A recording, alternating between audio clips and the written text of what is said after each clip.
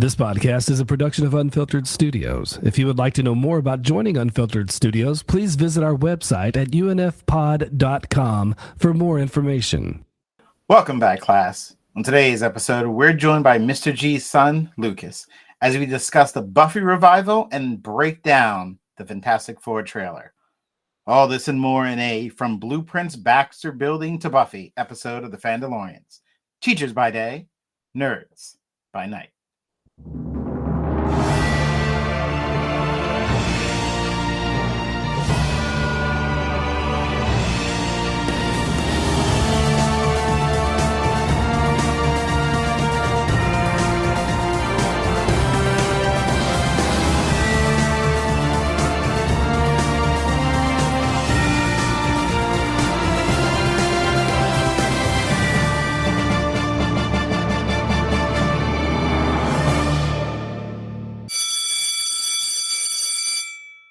That is the bell. Class is in session. Welcome to the Fandalorians podcast. Teachers by day, nerds by night. We are the #1 pop culture podcast by public school teachers. Each and every week, we bring you the latest entertainment news, reviews, lively debates with that fun teacher twist. We're proud members of the Unfiltered Studios podcast network. Lifelong friendships, banter, jokes, humor, our children, all of it mixed in together. Having a good time. I need see what it is. So foreshadowing. Charles, it's called the foreshadowing. That's how I do it. I hear you. That's how we do it out here. Email us at thefandaloriansmailbag@gmail.com, and you can text us at 631-494-3632. We get new listeners all the time. Let me introduce today's crew. My name is Mr. Richardson. I always butcher my own name. Is that terrible? It happens every time. 4th grade teacher. I'm going to keep it in. And the man who went to see Beetlejuice Jr. the other night. I was listening, Beetlejuice Jr. at our local school. The kids put on the play.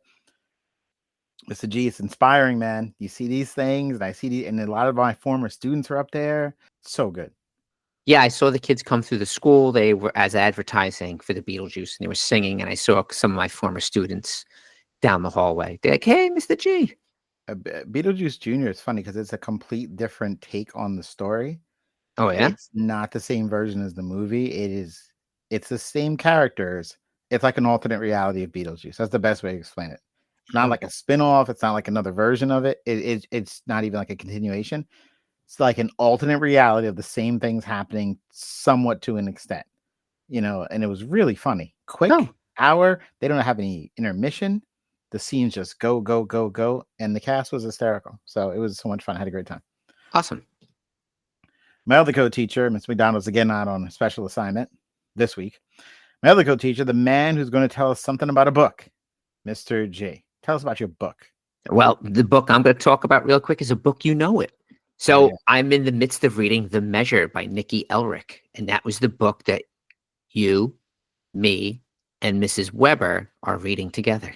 Yes. So I don't know. I'm 58% way through this book, Miss Richardson. And like right from chapter 1, I was hooked into the mystery of it, and I'm like really following along with the other with all the different multiple characters in the story. I have a feeling they're not going to tell us how the event happened that is occurring to all these people. Yeah. And I'm curious to know if they will even tell us how this event started. But I'm curious to see where it's going to go. Makes me think a lot about like what would I do in this situation. It reminds me of Lost, a show you should have watched but won't because of someone we know. Where there's an overarching mystery and we weren't sure they were going to come back to it. Eventually did when they wrapped it up. There was this show where everyone in the planet passed out and they all saw 30 years later, like 10 minutes of their lives. Right. Then they woke up. So the entire series was them coming to grips with what they saw in their future. Maybe it was 10 years later, something like that. Okay. They never discussed how it happened, how everyone, and obviously some people saw a black screen, which means they're not going to be there that long. But the whole series was how the world come to grips with what was happening to them. But it never covered why, which is what I want to know too. Okay, how's this happening? Where these things come from? Aliens, whatever. Yeah. It's interesting. I'm curious. I'm in for the ride. I'm in for it. Excellent. And our guest today, joining us, is Mr. G's oldest son, Lucas. Lucas, you're here. How you doing? I am here. I'm doing great. I want to know the story behind why Dad won't watch Lost. This is, you know what? I'm already in for this whole episode because there's a lot of questions here I have about your father that I can't get out of him. The question, here's why. And I have some good Game of Thrones questions for you too, man. I got a lot. Lucas, let me tell you what happened. Someone, when the show first came out, liked the show so much, kept promoting the show so much that your father won't watch it because someone else was so excited about it. He got turned off to the idea of it. And that's the most bizarre thing to me. Like, why would you not that he doesn't hate the guy. This guy's not his enemy. It's not like it's like a mortal enemy. Like, I don't like him. I can't support. No, he, they're in good. They like each other. But the guy hyped it so much, he refused to watch it based on someone else's excitement level of it. Explain your father to our audience, please, Lucas, please. I have nothing to add to the matter other than I do the exact same thing. Oh, like God, if somebody is like just constantly talking about a show, like I just don't want to watch it because like I don't want to think about that person constantly bugging me about it, Even if they're a friend. Same thing. Same thing. If somebody's constantly bugging me about something, I will just avoid it because I don't like thinking about that person and then bugging me about it. Well, the apple and far from the tree. Did not. I was hoping for some kind of, because here's the deal. Some revelation. My daughters would rip me apart right now because they're not like being this way. But you're right. If you're exactly the same. Let me ask you this one, Lucas. One more follow-up question. If you hear of something that you might be interested in, and no one typed it up for you, you just kind of like you hear about something, would you look to see how many seasons it is? And that determines if you would even start it. Not like you're scheduled to go on a trip and never, you know what I mean? You got a long life ahead of you, you're a young man. But would you look and see how long it could be and be like, I don't know if I could commit to that many episodes, or one every now and then we'll see how it goes. What are your thinking on this before I tell you what your father does? So I don't watch a lot of series, but if it's like something, a franchise or like a story extended universe that I'm interested in, I will look at it. And like a lot of the time, the more there is to that like extended universe of like whatever movie, show, book it is. Game of Thrones. Let's say Game of Thrones. It's a big franchise. Yeah. Like if there's more like beyond the show for that, like that kind of stuff, like the extended universe stuff is like what really gets me interested in things. It's not so much just what's in the show or series. Okay. Hold on. Suppose we said, hey, Lucas, you should check out Walking Dead. And I have no clue how many seasons it is and how many episodes, but Jimmy, how many? It's 11 seasons and maybe like 12 episodes in a season, maybe towards them, something like that. But so let's just say 150 episodes. Okay. Would you watch it? And I've only said it to you one time. I didn't harass you all week about it. Go ahead.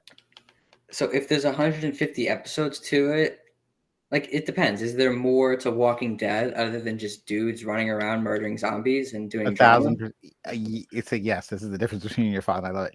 Yes, there's a lot more than that. It's a lot deeper than that. It's one of those shows where, on face value, once you like Buffy the Vampire Slayer, once you get past the title and what you actually think it is, there's many layers of things happening in it. So yes, there's more to it than that. So yeah, if it's something like that where there's more to it to that, I would probably watch all 150 episodes, and right. The number doesn't scare you off.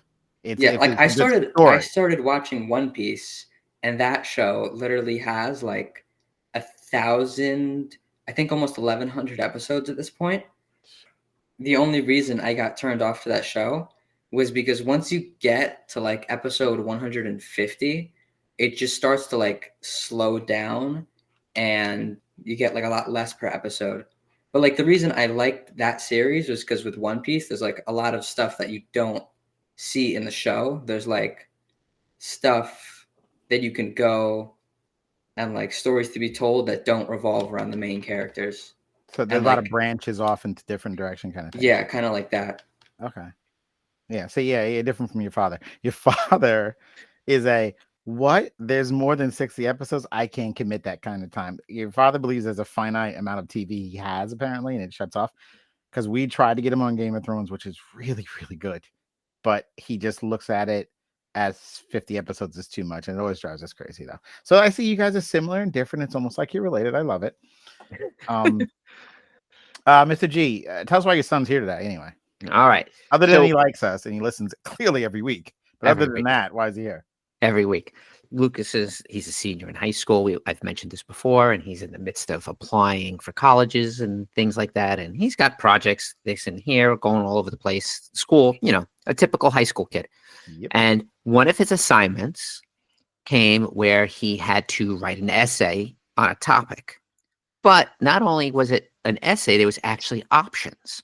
So I was reading what his options were, and it happened to say, prepare your personal statement, which can be submitted as a written 300 to 350 word essay, a video, or a 3 to 3.5 minute podcast recording. And I was like, knock, knock, I hear an opportunity. I know a podcast that you could be on. This is a perfect way to submit your assignment. So I said, hey, Lucas, what do you think about doing that? He's like, all right, let's try it. Perfect. So here we are. I love this. Lucas, thank you for joining us. This is going to be great. Before we move on, a couple quick questions we ask all our guests. First, we're teachers. You know that. Your parents are both teachers, so you're definitely around teachers too. Do you have a favorite teacher of all time and why? Favorite teacher of all time? Not counting your parents. It's between two teachers for me. You can do both. You could do both. So one of them is Mr. Radisco. He's my architecture teacher, and I've had him for like digital product design, digital design drafting, and then both halves of the architecture course. So I've had him for 4 years, every year of high school, and he's just an awesome teacher. Like once you have him for that long, you kind of get to know him, and like you can chop it up, talk to him, like get ideas. Like a lot of what I did like towards the end of last year was just bounce ideas around for what I wanted to do for my big project in architecture. I mean, we figured out a pretty big, large scale idea, which is like a 4x8 display of a model of like downport. So he's just... Oh, whatever you do, Lucas, don't include a little tombstone that says Beetlejuice on it. I wasn't planning on it. Or maybe you should. I might actually... I don't know. Maybe I will, maybe I won't. Anyway. And then the second teacher that is the contender for my favorite is Miss Carter. And I had her 10th grade for Algebra 1. And Miss Carter was like a really good teacher. She was like active. She would go around the classroom and like help people. And she answered all the questions I had. And I did like really good compared to like some of my other math classes in 10th grade with Algebra 2. Always attribute that to her and her being just a really good teacher. So it's either between Miss Carter or Mr. Radisco for my favorite teacher of all time. They can both get the sticker, and we're going to make sure they both hear this so they hear how much you think about them, for sure. All right, we're also nerds by night, right? So what are you nerdy about? I mean, it bounces around year to year, but right now I'm kind of in like the sci-fi space, sort of interested in that sort of thing. Like I've been looking at a lot of things about Star Wars, actually, Halo, 40K. I've been looking at a lot of stuff like that because I'm working on a project sort of tangentially related to that whole like space sci-fi sort of genre. Yeah. So I've been looking at a lot of stuff like that. And then like also I like model building, architecture stuff, city planning, and history, stuff like that. Sounds good. All right. We're excited you're here. Happy you're here. A couple fun topics we're going to talk about, and then we're going to talk to you about a few more things. That's it. I think we got everything done, cleaned up. We got Lucas in the building. Mr. G's here criticizing everything the thing Lucas does. Stop with your keyboard. What's with your sound? Oh my gosh. It sounds like my home. While they hash this out, and Lucas actively ignoring his father, rolling his eyes, I'm sure. While this is all going down, it is time for me to play the morning announcements.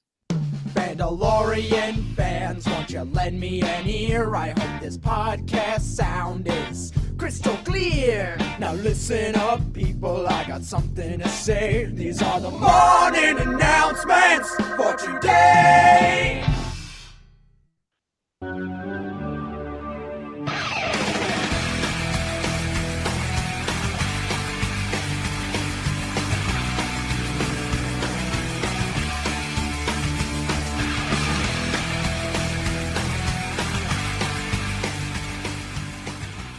Buffy is back. You can see the smile. You can see the smile on my face. Listen, Buffy the Vampire Slayer.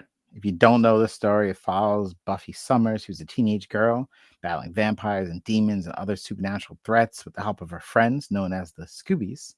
Her Watcher, which was a guide to help her. She dealt with high school relationships, destiny, evil, monsters, horror, humor, banter, jokes. 7 seasons, and she became a pop culture icon. The show came out in 97. It ended in 2003. 7 seasons, 144 episodes. We know Lucas would consider watching this, but Mr. G, if he hadn't seen it, would never watch this. No, 144. I'm so scared. Spinoffs. Angel was a spinoff of the show. They had planned an animated series. It didn't happen. There was a Ripper show planned. I did listen to the Slayer audio drama, which was incredibly good, with the original cast as part of it. Very, very well done. It has been announced, though, that Hulu has ordered a pilot of a revival. The difference from a reboot and a revival is a reboot is they kind of restart the show from the beginning. Revival is it's been 20 years. What is everyone up to? We're bringing it back to life like The Undertaker, rising back up. Sarah Michelle Gellar is back. She's an executive producer in the show. There will be a new Slayer as the main protagonist, but she's going to be involved. Josh Whedon is not involved because of his on-set antics the first time around. Sarah Michelle Gellar was a little hesitant at first to sign up for this, but Gail Berman reached out. Gail Berman, of course, was an executive producer on the original series. She worked on every episode of every season of Buffy and Angel. Looking for fresh stories. There's a writer's room. A lot of the original cast have been told about it. We don't know who's coming back. Our scales on a scale from Monday to Friday. Monday morning, work day. Oh, gosh, I'm not that excited. But Friday afternoon or something, you're like really excited because the week's over. Mr. G, let's just run it. What your excitement level of them possibly or definitely bringing Buffy back? I'm a Friday. Many might not know this story, but for years, when I first met Mr. Richardson, there was a rule that I think it was Thursdays that you Tuesday. could Tuesday don't call the house. Yeah. Tuesday you couldn't call the house. You couldn't call their house because they wouldn't answer the phone. Why couldn't they answer the phone? Because Buffy was on. Buffy was on, yes. And whatever. That's cool. You like Buffy. And then something I'm trying to think of for what? It was my birthday. You gave my 30th birthday.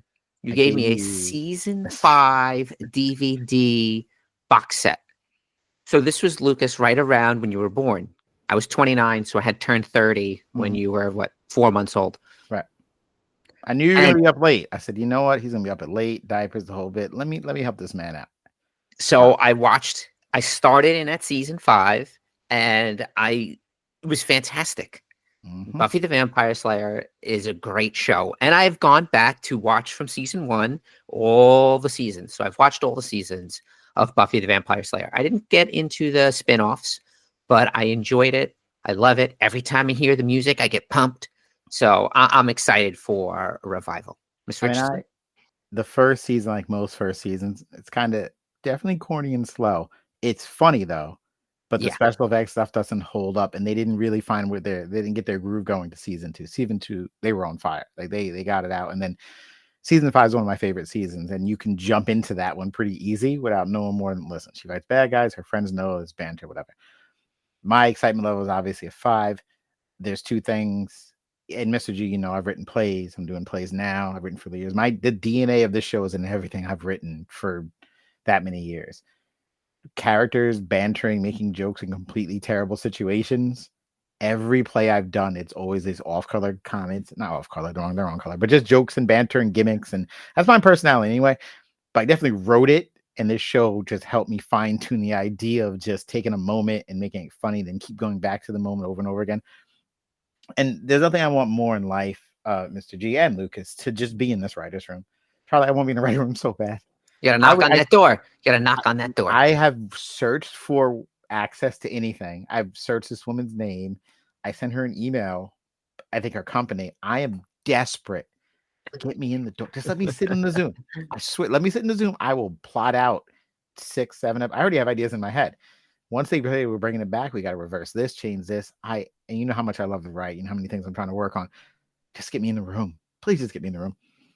So it's a level. It's like a Friday, and the next day is the start of summer vacation level of me that they're bringing this back.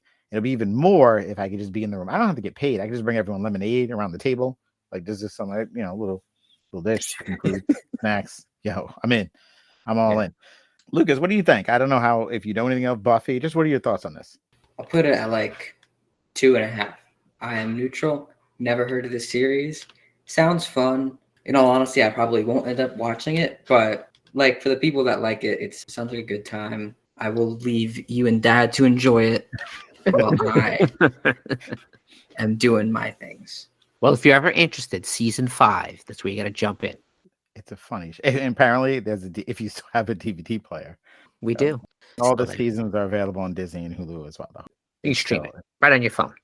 I like how Lucas supports our joy. It makes me happy. It's like, you guys have fun. It's like we're going to the park and he's like the parent on the side. You kids have fun on the slides. Yes. Okay. I won't be over here talking to the other parents. You kids have a great time. I love it. It's there. I'm excited. I'm going to get in the writer's room. That's my goal. That's my goal in life. There's other goals I should have in front of this, but I'm just going to pretend they don't exist. I want to be a part of this so bad. All right. So look, Buffy's made a comeback with a fresh take, but it's not the only beloved franchise getting a revival. Another iconic property. Marvel's trying to get back into the mainstream and everyone like being pro Marvel and loving it again. And they've just dropped their trailer for this, the Fantastic Four. Okay. T-5. Before we went up the first time, you couldn't turn invisible. Ben wasn't a rock. The best pilot in the world right here. Yeah. Best looking, he means. And Johnny never caught fire. Ben has always been a rock. Johnny is Johnny. Hi. And I am right here. All right, Fantastic Four, first steps, little glimpse of the highly anticipated reboot of the series. The original movies came out, I don't have it in front of me, I'll just say years ago. But now Marvel owns, now Marvel owns the rights to these characters, so they're doing their own version of them their way. We got Reed Richards, played by Pedro Pascal, Susan Storm, played by Vanessa Kirby, Johnny Storm, Joseph Quinn of Stranger Things fame, and The Thing, Ben Grimm, is played by Ebon Moss-Bachrach from The Bear. Film directed by Matt Shakman, set in a retro futuristic 1960s New York City, potentially an alternate reality, not sure. Trailer shows the team bonding over a family dinner. There's unity. It's exciting. 202 million views across all platforms. Excitement level. I'll start from me. I mean, I'm already excited going in because this was what got me into the world of comics. Is the first comic I received. I was at a hospital. A family member was sick. I was in the waiting room every day, all day, and this was the only comic book in the room because it was kind of a kiddie room, and I read this book every day. I was sitting there for about 7 straight days. Just kept reading it. It was nothing to do. It was one of those times you couldn't be left alone. And that's the first comic I picked up, and I was like 7 years old. So this means a lot to me. The trailer itself, I liked it, but I didn't like it. I didn't like it because in my view, I want people who know nothing about this, probably like your son, or you if you're not as familiar, to look at this and be like, oh my gosh, I want to go see that. They don't do enough to, I think, entice people. They have this overarching, like you're a part of something big. I don't know how you feel though, but you know, that second trailer is always, as Mr. McDonough points out, the story trailer where they give you enough to make you interested or not. I saw things though, as a fan for many years of this sci-fi world, especially Fantastic Four, because they go to space. Like your son has mentioned, like they'll be in space one day in the past and another episode and stuff. I mean, I'm grown up loving this stuff. So I saw enough little things, Easter eggs in there for me that I was just excited watching it again. There's so many, Herbie the robot, everything. So for me, it's a Friday again. And, you know, normally I'm not always excited about everything. 2 biggest nostalgia things are what we're talking about. So I'm there with that. All right, Lucas, what do you think? You know nothing about this. You just saw the trailer, ignoring my excitement. What do you think? Spider-Man will always be the only superhero I care about, but seeing that trailer, it looks like a fun movie. I do like some of the actors, like Pedro Pascal. So I would consider seeing this, if not for any other reason than just seems like a fun thing to go out and just like do with some friends. I'm not particularly excited for it, but I'm not like turned away from the idea of the movie and the characters and seeing it. That makes me feel good. You know what, Charlie? That made me feel good. Lucas makes me feel good because I was wondering how someone who didn't know anything about it would take that, because I thought it looked like a fun time, but then I know I'm completely biased when it comes to this. What about you, Charlie? I'm like a Wednesday. I'm like hot and cold, like about certain movies. So like even with the new Avengers movie coming out, I'm not like super excited to go see it. If I get to the theater to see it, I do. If I don't, okay. But I will tell you, I do like the way the look and feel of this movie is. I like the idea of the retro futuristic 1960s look that everything had. That was cool. And my only interesting thought was while I was watching it, it was like, if Ben Grimes turned to stone and became the Thing and his tongue is stone, he still has taste buds? If I could pop in, I just want to say I did like the way the movie looked with the whole like 60s retro future look. Like that's the sort of thing that I enjoy. I was going to ask you that too, Lucas, because as I looked at all the architecture structure, I guess the best way to say it, because you could say it better than me, and I was going to think, like, what did you think of some of the designs for any of those things as you saw? Because I was looking at them and I thought they looked cool and interesting, and I was wondering, is it inspired off something else other than like a futuristic design? But I thought it was interesting to look at, but I would have to watch it again if you wanted me to like look for stuff that and point it out. Just as like an art theme style sort of thing that is, it's something I like. I felt it pop though. Like really like it sticks out because like a lot of movie, like especially Marvel now, they like do a lot of things that are like kind of super modern and like realistic. I like the sort of cartoony retro future sort of style, even if it's like all live action and played by and like super detailed. I just like that as an art style. I feel like that stands out over anything else. Okay, so you just got me thinking. I forgot there was an old Fantastic Four cartoon from when I was young.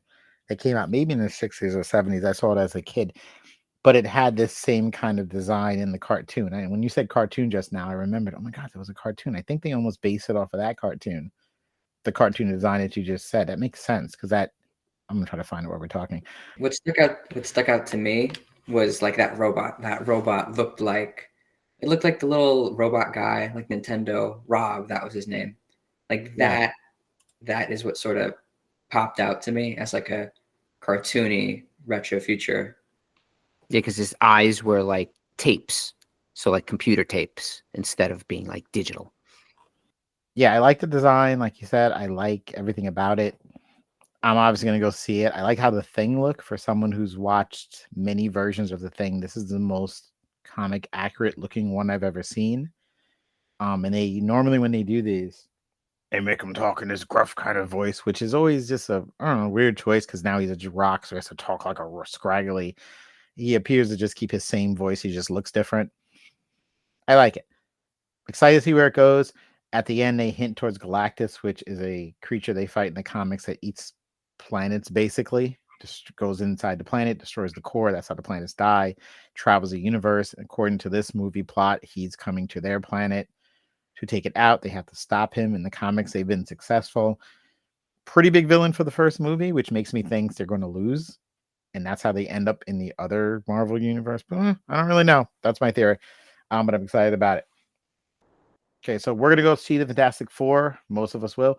Lucas is going to see it with some friends. Possibly. Mr. G is going to be dragged, kicking and screaming to it by me. But now, we're going to sit down with Lucas. What's the phrase? Chop it up. That was the word. That was the phrase I used. Yeah, I was trying to do a callback, but I messed it up. It's chop it up. I know I'm old. Lucas, I'm old. I'm almost 50, man, but I can do it. I'm going to chop it up with Lucas and his dad after this. I got to stay hip, man, because I can't be out here saying the wrong. No, you know, the streets are talking. I was cool once upon a time.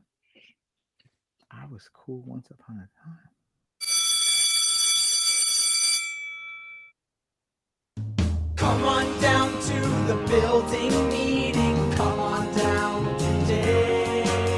There's many things to talk about. Yes, you have to stay. Urgent things to discuss. They'll lose that face of disgust. No, this couldn't be an email, so come on down today. Building meeting today. Oh yeah, it's the building meeting today. Okay, it's time for the building meeting. Now, Lucas is here to discuss one of the 17 United Nations Sustainable Development Goals. Lucas, tell us about these goals. So the UN 17 goals for sustainable development are like 17 general objectives, and then each of those general goals has thousands of little small events, actions, and targets, the communities that these aim to help. All of them are in service of making society more equitable and more sustainable. The first handful are eliminating poverty, eliminating food insecurity, providing education, preventing discrimination. So like the things like in society, not so much the physical world, but then there's also like preserving wildlife and building more green energy, and then being more conscious producers and consumers of the stuff that we need. So like that sort of thing goes towards bettering the physical world, not so much society. I feel sad to say that I was not aware of all of these goals. Honestly, it's the first time I'm hearing about it. Shame on me. Which goal is the most meaningful one for you personally? So the goal that's most meaningful to me is number 11, the sustainable cities and communities. Obviously, because I'm aspiring to be an architect, designing buildings in future cities is going to be a part of my job. So a lot of that goal is focused on urban development and things like air pollution, taking care of slums, public transit. And as somebody who, as I'm sure you remember, had a phase where I was really interested in trains, transit thing is something that kind of piqued my interest. So basically one of the things they say is that only 1 in 2 households have convenient access to public transportation, which is an issue, especially in America, because not being able to access public transit makes people more reliant on cars. And then cars bring their own issues like air pollution and parking lots and car-centric zoning. So the whole thing with that is figuring out how we can change the way we design things to encourage use of more public transit. So one of the things you obviously have to do to make access to public transit easier is to build more transit infrastructure. But another thing you have to do is you have to make public transit more attractive on the destination end. So if you want to say take the train to go get groceries, you can do that, but you have to get to the train station, and then say after you get to the train station, you have to walk 6 or 7 blocks just to get to the store. And then after you finish your grocery shopping, you have to walk the 6 or 7 blocks back. So you wouldn't want to take the train in that case because it's very inconvenient to have to walk both ways to the train station from the store to groceries. So one of the things I could do as an architect, not necessarily as a city planner, would be like constructing a shopping center or a mall that's close to a train station, and then having part of that train station be woven into the design of the shopping center. So instead of having to walk that 6 or 7 blocks to the store from the train station, you just get off the train station, you're directly in the shopping center, you take care of all your shopping, and then you take it all back on the train to get back home. And then after that, you would also have to do things like making getting to the station from your house more easy, more convenient. It would be things like changing zoning to have like big apartment complexes, like I said, on those big main roads where the transit's running. But that's more of like a city planning thing, not necessarily architecture. Public transit is something I'm interested in, and it's something that I can definitely take into account when designing things that would go towards making it more convenient and more accessible to everybody. So yeah, that's why number 11 is the most meaningful goal to me. All right, Lucas, thank you for sharing that with us. I have learned so much. I'm not just saying that. I honestly wasn't aware of the goals, and I can't get over how polished you are, how eloquently you speak, and you explained it to me like I was a 5-year-old, which is important for me, so I completely understand everything. Very fascinating conversation with you, man. Thank you. Thank you for sharing that. Thank you for having me here to yap about it. Yes. I like getting these things out of my brain and into somebody else's. Yeah, well, they're definitely in mine and all our listeners, but you can't leave yet, Lucas. Hang on, got to buckle in for a little bit because you're about to play 6 questions with the Fandalorians. Lucas, you're getting 6 questions. If you get all 6 of them right, you get 6 points. For a prize, your dad's going to buy you a car. I'm totally kidding. I just No. What? No, that's it. Listen. That's not one of the prizes. I don't have a curtain to pull back for a car. No. I'm not sure. You know what? I'm just going to pull you away. All right, first question is kind of the toughest ones we usually have. Lucas, it's a history question. Here we go. The 1969 TV show, The Brady Bunch, was the biggest hit on TV. You clearly weren't born yet. Show about a blended family. Dad had 3 sons. Mom had 3 daughters. They got married. Now they're the Brady Bunch, What was Dad's job on the show? Just take a guess if you don't know. No idea.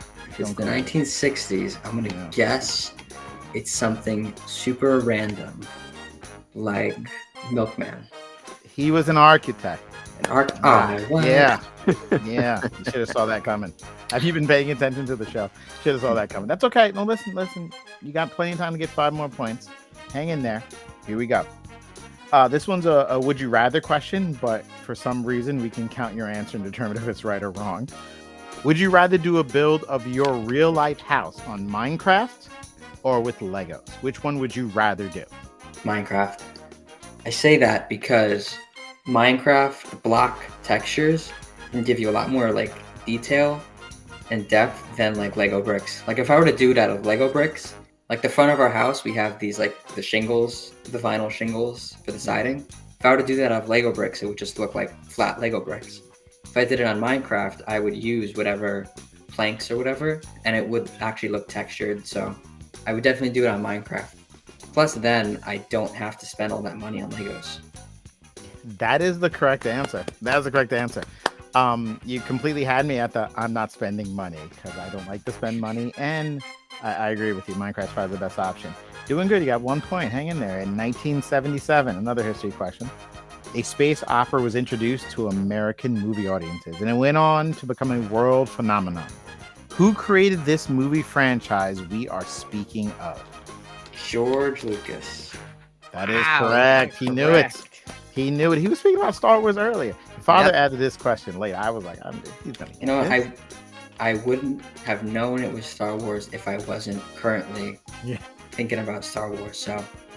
I mean, space opera is kind of a dead giveaway too. Space opera, 1970s. I mean, what are we doing? Star Wars is the only movie from the 70s I can think of. I honestly think it's the only movie in the 70s. I'm not gonna lie. Nothing else seemed to matter to me there either. I was born a year when I was 1 year old when it came out. Changed my life then. All right, number 4. You're doing great. 2 out of 3. Doing great. Getting the points here. Here's a tough question. What does your dad do that annoys you the most? For 1 point.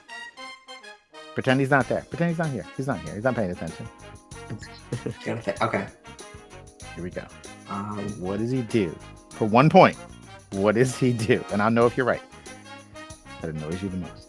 So, Mom, and Layla all do the same thing, where they'll be not really yelling at me, but like they'll be kind of arguing with me, and then I'll just concede and stop talking. I'll let them get in like the last word like 2, 3, 4 times over. Yeah. And then they'll just keep going and going after I completely disengage. You've conceded like an hour ago, and it's still the party's still going. You know what? I've been there, and I may have done it to my own children. That is the correct answer. That is the correct. You've conceded, and yet the party's still going. Guys, we're going home, and then you're like a half hour later, you're still in the club. I understand. All right, you got 3 points. You missed the first one, but now you're just rattling them off. We got another question for you. Here we go. Question number 5. If you were stuck in a Minecraft world for a day, which creature would you absolutely not want to face in real life, and why is it a creeper? That's just a joke part. If it's not a creeper, it's not a creeper. What creature would you absolutely not want to deal with? It would be probably a skeleton, because the skeleton, like, they shoot you with arrows, but like they're also really smart. Like, they'll hide under trees. So like, even if you wait them out during the night till the sunrise, they'll still be there in the morning shooting at you with arrows because they'll be hiding in the shade. Oh, wow. Okay. That's the correct answer. Listen, he's doing good. He's doing good. I may retroactively give him the first one so he gets the car. He's doing so good right now. He's going to run. I may have to. All right, listen, you got 4 points. Yes, you have 4 points. is your final question. You could go 5 for 6, which honestly does not happen often on this show. We've talked numerous times that we know you want to be an architect when you grow up. Going to school for that. We're proud of you. We're looking forward to it. Big success. Looking towards the future, though, I predict you'll have your own business one day. Here are 5 possible names for your business. You pick which one you feel is the best name. And if I agree with you, you get the point. Okay? Here's 5 names I've come up with. Ready? A, piece of design. Okay, hear them all out first. Hear them all out. B, JoJo structures. I can't see your face, but I know you might have liked that. C, Ender build. Okay. D, Giannoni designs. Okay. And E, G-form designs. Those are your 5 choices. If you want to throw in an honorable mention or another one you got at the top of your head, okay. But obviously one of mine will probably get you the point. I could care less what your opinion is on yours. All right, here we go. A, B, C, D, or E. Which one? E was G-form designs. E was G-form. You like that one? That was it? I'm going to go with that one. I like that one too. G-forms mean something, but I like that one too. Wait, G-forms mean something? I don't know. I Googled stuff. I don't know. Oh, okay. It meant something, some kind of term. I don't really know. Oh, now I got to Google that.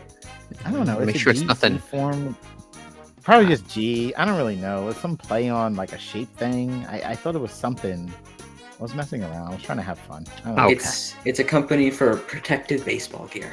Sure, that sounds about right. That's what I was going for. That's also the one I like. That gives you 5 out of 6. Good job, Lucas. Good job. Mr. G, a moped, perhaps? You can get the full car. Maybe a new pair of sneakers. A new pair of sneakers for walking. Okay, I mean, 5 out of 6, though. You know what? I'm going to have my people call your people try to negotiate a better deal for him. Okay. Lucas, did you have fun today? I did. I liked talking about the things that I really don't get to talk about with anybody else. And I liked looking at some sort of new things that I would never think to go and learn about on my own, like Fantastic Four. You know, I probably wouldn't have seeked out that movie on my own, but hearing about it now, I think maybe I might go see it with Dad if he goes to see it. All right. I'll take that. Now we get to go and see it. And first of all, I loved having you on the show. Loved hearing you talk about things you don't normally get to talk about. We started this podcast so we could talk to each other about the things we normally don't get to talk about with people. But thank you so much for joining us. A lot of fun. Good luck to you. Let us know how the assignment works out for you. All right, school buses are rolling in. Time to pack this up. Time to head home. If you enjoyed today's lesson in pop culture nonsense, be sure to follow us on Instagram at Fandalorians.podcast. The Twitter vehicle, X. They call it X out here in the streets. You know, this is like cutting it up. You know, the thing the kids say, or chopping it up. I can't get it right. I'm an old man. I'm an old head. At Fandalorians Pod. TikTok at the Fandalorians Podcast. Email us at the Fandalorians mailbag at gmail.com. Text us 631-494-3632.